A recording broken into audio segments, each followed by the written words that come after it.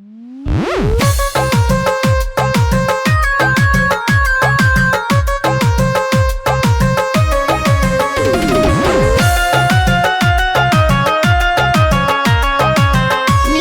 by Imtiaz Khan.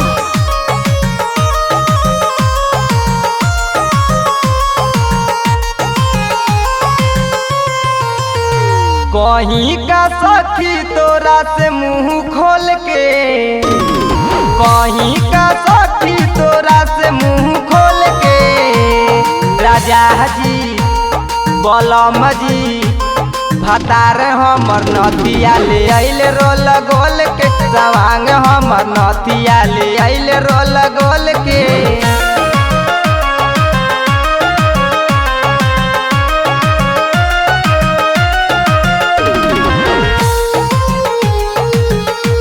Music Recording Studio Delhi.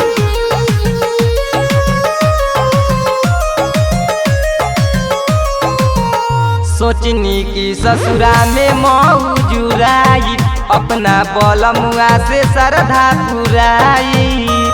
ये सखी बहुत कुछ सोच कर रही हो।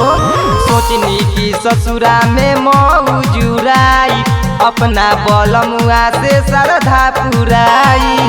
पहले उ काम सखी साफे बकलोल के, पहले उ काम सखी साफे बकलोल के, राजा हाजी बलम जी भतार हमर नथिया ले आइल रोल गोल के, सामांग हमर नथिया ले आइल रोल गोल के।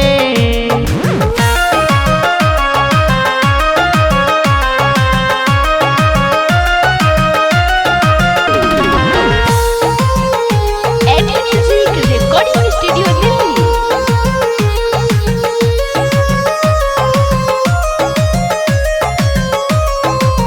पूछेली ननदो भौजी भैलू कैसे राजी, बोलना भैया से मरलू कैसे बाजी।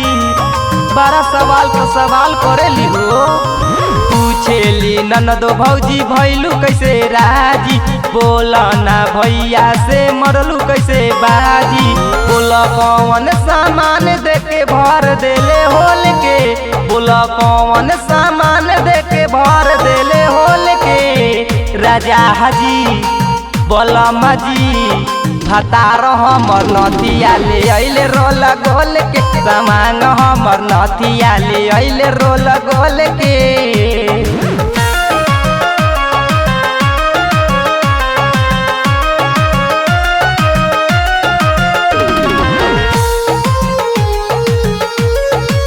Music Recording Studio Delhi.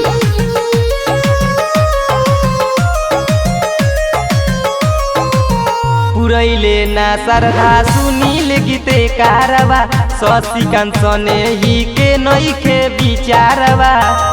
ये सब साफे बौके हका हो। पुरैले ना श्रद्धा सुनील गीते कारवा, शशिकांत सने ही के नइखे विचारवा। कहीं का सखी रे शैल से बोल के, कहीं का सखी रे इम्तियाज से बोल के, बलम जी राजा हाजी भतार हमर नथिया ले आइल रोल गोल के, सामांग हमर नथिया ले आइल रोल गोल के।